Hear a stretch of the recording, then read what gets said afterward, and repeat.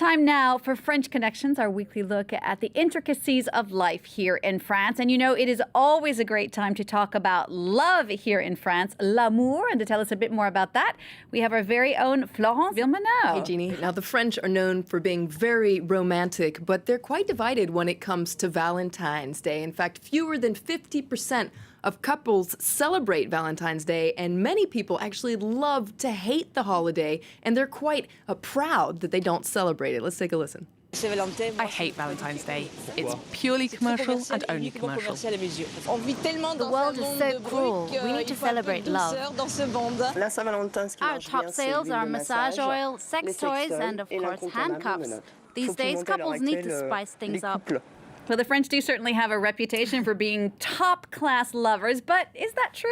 Well, many of you viewers have actually been very curious about dating in France, and it's true that the rules are very different. For instance, you certainly don't date several people at the same time. You've got to get ready to do some pretty heavy PDA, public displays of affection. Sex is not a taboo. Now, I am no dating expert, so I asked some of our France 24, France 24 colleagues for some help on the matter, and they had some very interesting answers.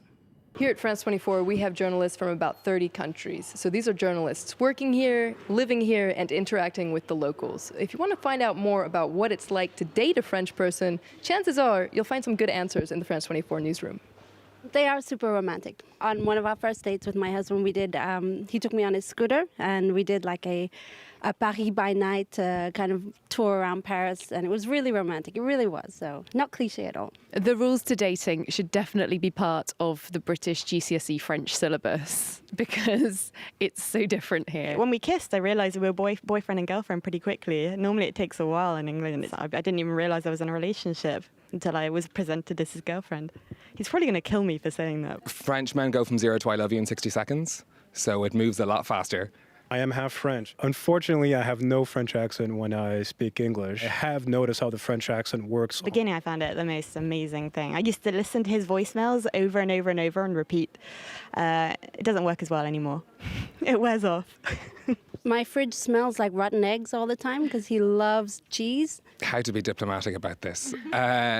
I think they complain a lot. Because French, I like to believe, is my mother tongue. The word je t'aime to me has a special significance that I put added value on, whereas I love you is kind of a throwaway word. I don't think I would say je t'aime to a French boyfriend because it's so personal and you want to say it in your own language. If somebody ever says it to you, then that feels quite special. So being French does have this added value with certain people. Other people find being French very annoying. Oh, totally. Definitely.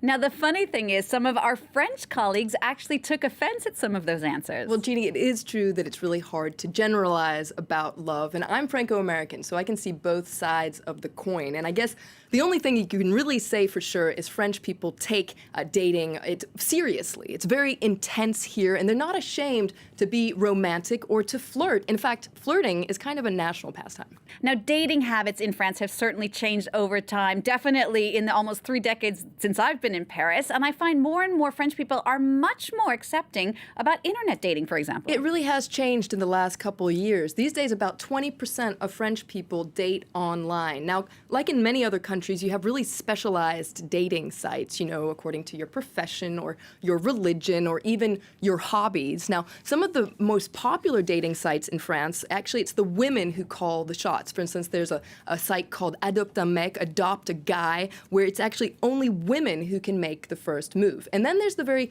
controversial site Gleeden.com. Now, it bills itself as the first extramarital dating site made by women. What's interesting, though, is according to the site's founder, it doesn't promote infidelity. Gleeden.com répond à un besoin. Gleeden fills a void. It's the solution for men and women who are married and go on other dating sites but lie about their marital status and pretend to be single. Now, that being said, France is still quite famous, or infamous, if you like, for being quite tolerant of infidelity. Well, it's definitely a cliche that's perpetuated by French pop culture. You know, if you look at a French movie, it seems like everyone's cheating on each other. And then you have a lot of high-profile politicians who've had some very high-profile affairs as well. Now, to have an affair in French is to have an adventure, avoir une aventure, but there are all sorts of funny euphemisms, like this one, which actually I didn't know until I was researching this show. 5 à 7, it's kind of an old-fashioned term, 5 to 7. That's the time in the day when you go and visit your lover before going home to your spouse.